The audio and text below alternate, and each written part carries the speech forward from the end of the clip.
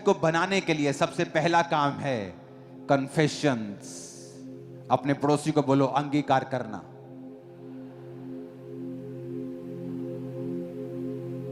फिर से बोलो अपने पड़ोसी को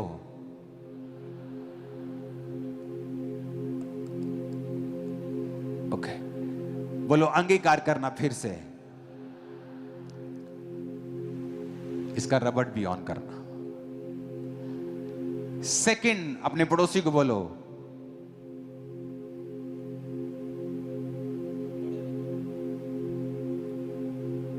वर्शिप से शुरुआत करना। फिर से बोलो अपने पड़ोसी को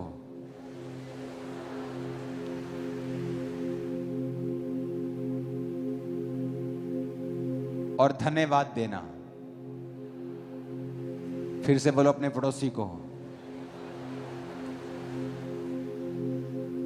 जब आप परमेश्वर के प्रेजेंस को पाना चाहते हैं अपनी लाइफ में, ऐसा कोई पाप नहीं होना चाहिए जो आपने अंगीकार नहीं किया है, या आप जानबूझ के जिस पाप में रह रहे हैं, अगर आपकी लाइफ में वो है, आप लाखों चंदा देने वाले हों, करोड़ों चंदा देने वाले हों, चर्च में ऊंची आवाज में आमीन बोलने वाले हों, कोई काम नहीं आने वाला वो आपके। कन्फेस करना। जब आप प्रार्थना में जाएं तो कभी भी गलती ना करें कि जाते ही कंप्लेंट करके, जाते ही राशन लिस्ट की तरह परमेश्वर को अपनी राशन लिस्ट दे दें। कभी ऐसा मत करें। वर्शिप से स्टार्ट करें और थैंक्स गिविंग दें। जो आपके पास है उसके कोड़ों के लिए, उसके लहू के लिए, आप स्वर्ग के अधिकारी हैं उन चीजों के लिए। हमेशा प्रार्थना में जब जाएं तो थैंक्स गिविंग के साथ, वर्शिप के साथ स्टार्ट करें। प्रार्थना करें with prayer, with Bible reading. मैंने उन लोगों को हमेशा बैलेंस देखा है जो प्रार्थना और बाइबल इकट्ठी करते हैं। जब उन्होंने बाइबल पढ़ी तो प्रार्थना करते हैं, जब प्रार्थना पढ़ी उसके बाद बाइबल पढ़ते हैं। ये बेस्ट कॉम्बिनेशन है।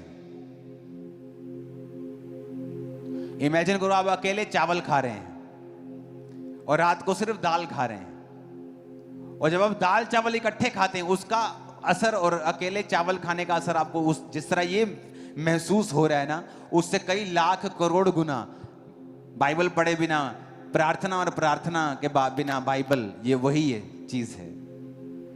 अगर आपको प्रॉपर न्यूट्रिएंट्स चाहिए अपनी आत्मा के लिए, प्रॉपर आपको खाना चाहिए अपनी सोल के लिए, तो जब बाइबल पढ़ें तब प्रार्थना करें।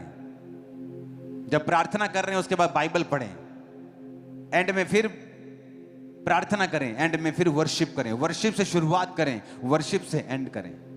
ऊंची आवाज से बोलो हालेलुया, आमीन। फास्टिंग करनी है चौथा। बाकी पॉइंट्स हम डिस्कस करते रहेंगे अगली मीटिंग्स में, क्योंकि परमेश्वर की प्रेजेंस के बारे में मैं आपसे बात करने वाला हूं। अगर ये रिस्टोर हो गई, अगर आपको उसमें जीना आ गया, आपने इसमें जीना सीख लिया, किसी और चीज की जरूरत आपको नहीं होगी।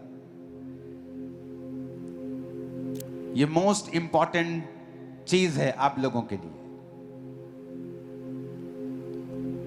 अगर आपको शरीर के काम तंग करते हैं, व्यभिचार तंग करता है, पाप तंग करता है, गंदी आदत तंग करती है, फास्टिंग करो। अपने शरीर को अंडर सब्जेक्ट, एक अथॉरिटी के नीचे लाओ। अपने शरीर को बताओ कि तुम इसके बंधे हुए नहीं हो, तुम इसको वो खाने को नहीं दोगे जो ये मांग रहा है।